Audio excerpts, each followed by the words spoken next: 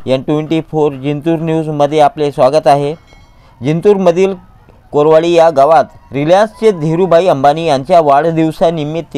शेतकरी मेळावा आयोजित केले होते। प्रमुख अतिथी कृषी अधिकारी AP काळे, अशोक सातपुते, अमन परमार, सुनील अंबोरे, भागवत इघारे हे होते। कार्यक्रमाचे अध्यक्ष दिनकर आलाटे, सरपंच गोविंद धांगळ, उपसरपंच कोरवाडीचे हे होते। कृषी अधिकारीने शेतीविषयी चांगल्या प्रकारे मार्गदर्शन केले, तसेच शेतीसाठी मिरची ॲप आले असेही ते म्हणाले। यावेळी सर्व गावकरीसह बरेच गावांचे सरपंच व ग्रामसेवक उपस्थित होते। पाहूया शेतीविषयी माहिती व सरपंच दिनकर आलाटे यांची आमच्या चॅनलने घेतलेली खास मुलाखत।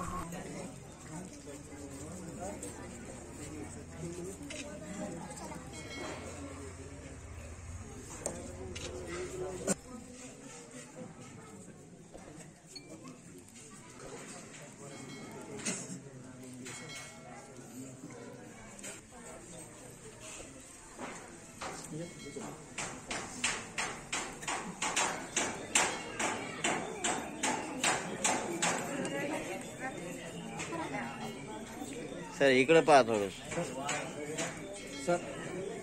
सर।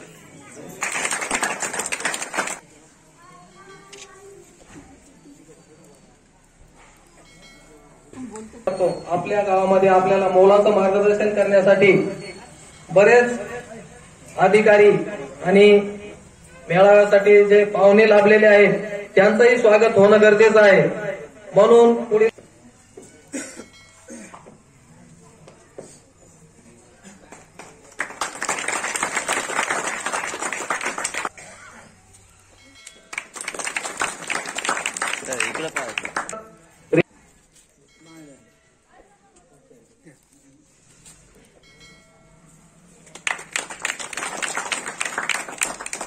कार्यक्रमासाठी यानंतर या कार्यक्रमासाठी आपल्याला आजूबाजूचे जे काही प्रमुख पाहुणे लाभलेले आहेत, आपल्या गावाशेजारचे जे प्रमुख सहकारी लाभलेले आहेत त्यांचं सुद्धा स्वागत होणे गरजेचं आहे। म्हणून त्यांचं सुद्धा या ठिकाणी सर्व गावकऱ्याच्या वतीनं व तसेच स्वागताचा कार्यक्रम आपण आयोजित करीत आहोत। चंद्रकांत देशमुख सर,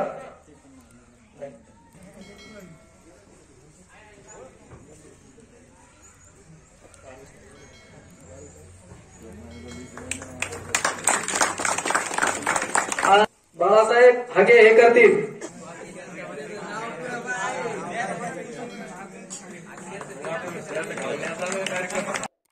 एक तरीके से किसान सम्मेलन के रूप में आयोजित कर रहे हैं। आज किसान सम्मेलन का जो मुख्य जो उद्देश्य है, एक तरीके से हम लोग ये चाहते हैं कि गांव के लोग आपस में मिले, आपस में बातचीत करें। जैसे 8-10 गांव के और भी लोग आए हैं, आसपास के आंगल गांव के हुए, अंबरवाड़ी के हुए, आसपास और भी गांव आए। तो वो लोगों को सिर्फ ये है कि ये चलता है बचत गट, वो क्या रोजगार कर रही है, रोजगार से क्या फायदा उनको होने वाला, क्या शासन की योजना चल रही है, और जो भी कुछ जो बातचीत है वो आज का दिन का मेन उद्देश्य यही है। एक तो आपस में मिलन हो, लोग मिले, अपने विचार व्यक्त करें, और जो भी गांव के जितने भी जो लीडर होते हैं, लीडर मतलब है कि जो सरपंच साहब तो लीडर है ही सही समझो, लेकिन गांव के और भी जो लोग जो प्रगतिशील किसान, कुछ महिला अपनी बात कहना चाहे, अगर कोई बच्ची समझो कोई समझो कविता गाना चाहती है, गीत गाना चाहती है, यहाँ पे कोई सांस्कृतिक प्रोग्राम करना चाहती है, तो आज के दिन का उद्देश्य इतना है कि आपस में मिलन समारोह होगा। तो समारोह के साथ साथ में एक दूसरे के बारे में जान पाएंगे रिलायंस फाउंडेशन क्या काम करता है। तो मैं रिलायंस फाउंडेशन के बारे में थोड़ा बता देना चाहता हूँ कि रिलायंस फाउंडेशन 2012 से ही मतलब काम कर रहा है। गंगाखेड़ और पालम में काम करता था पहले। गंगाखेड़ और पालम के अंदर क्या है कि वहाँ पे 30-35 गाँव के अंदर काम करते थे हम लोग। वहाँ खेती के ऊपर पूरा काम किया हम लोगों ने, खेती के बारे में पूरा लोगों को जागरूक किया। वो लोगों के उनका उत्पादन कैसे बढ़ सकता है इसके ऊपर टोटल 8-10 साल से काम किया है। हम लोगों को जब ये मालूम चला कि ये काम और भी लोगों के बीच में जाना चाहिए, तो गंगाखेड़ के अलावा इसी साल से हमने इस अप्रैल से गंगाखेड़ के अलावा हम लोगों ने क्या किया कि पाथरी ब्लॉक को लिया, हम लोगों ने सेलू ब्लॉक को लिया, इस तरीके से जिंतूर ब्लॉक और परभणी ब्लॉक, ऐसे कुल मिला के 5 ब्लॉक में हम लोगों के 150 गांव के अंदर हम लोग काम कर रहे हैं। जब 150 लोगों के साथ, जब 150 गांव में साथ में काम कर रहे हैं तो अलग अलग मतलब उद्देश्य हमारा कैसे,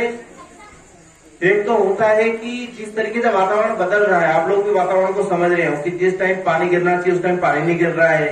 जिस टाइम बरसात का थोड़ा कम होना चाहिए उस टाइम कम नहीं हो रही है, जिस तरीके से जहाँ ठंड होना चाहिए थोड़ा सा, इस टाइम आप देख रहे हो ना अभी कोई ठंड मैंने कुछ नहीं, मतलब जबकि इस टाइम तो दिसंबर में भाई 28 दिसंबर को ठंड आनी चाहिए थोड़ी बहुत, वो ठंड नहीं, गर्मी के टाइम में बहुत ज्यादा गर्मी, मतलब इस तरीके से वातावरण जो बदल रहा है और जिस तरीके से ऊपर हम लोगों का एक प्रोग्राम है कि किस तरीके से हम लोग पर्यावरण को बचाते हुए, किस तरीके से जैविक खेती को अपनाते हुए अपनी भूमि को, अपना जो मिट्टी है उसको किस तरीके से उर्वरा शक्ति उसको बरकरार रखते हुए इस तरीके से प्रोग्राम करें कि हमारी उत्पादकता भी बरकरार रहे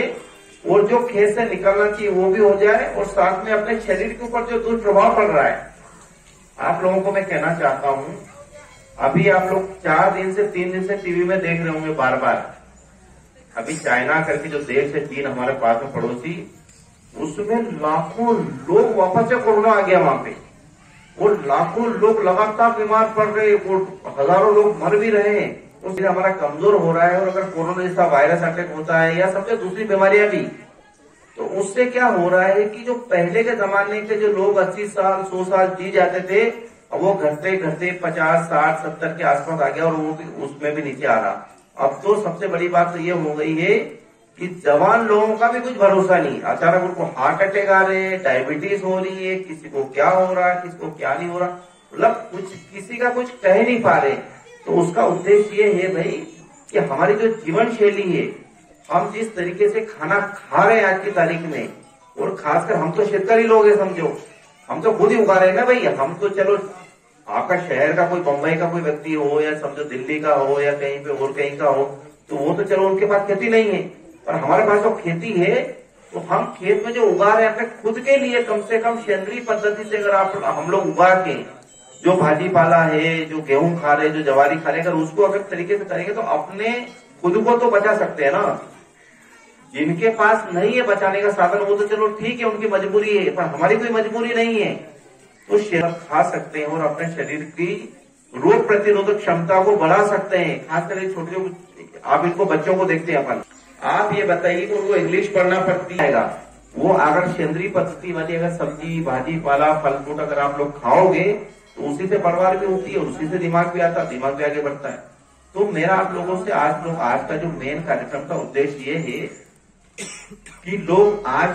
8-10 गांव से लोग आए हैं, इस गांव के लोग और आ रहे हैं और उनका सबका एक तरीके से मिलन समारोह हो। हमारे काले साहब और पूरी तरह से फाउंडेशनचा जन्म 2010ला झाला। याचा 2010ला रिलायन्स फाउंडेशनची स्थापना झाली आणि या रिलायन्स फाउंडेशन हे म्हणजे ना नफा असं हे ऑर्गनायझेशन आहे, नॉट प्रॉफिट असं ऑर्गनायझेशन आहे आणि याचा उद्देश आहे की शेतकरी, महिला, बचत गट यांनी मोठ्या प्रमाणात उद्योगामध्ये आलं पाहिजे आणि उद्योगातून आपल्या गावाचा शाश्वत विकास केला पाहिजे। तर या कार्यक्रमाला आज उपस्थित असलेले श्री अमन पन्माळ सर, मैं आपका बहुत बहुत स्वागत करतो, मोलाचं असं मार्गदर्शन केलं त्यांचंही स्वागत करतो आणि आपल्या गावचे उपसरपंच गोविंदराव धांगड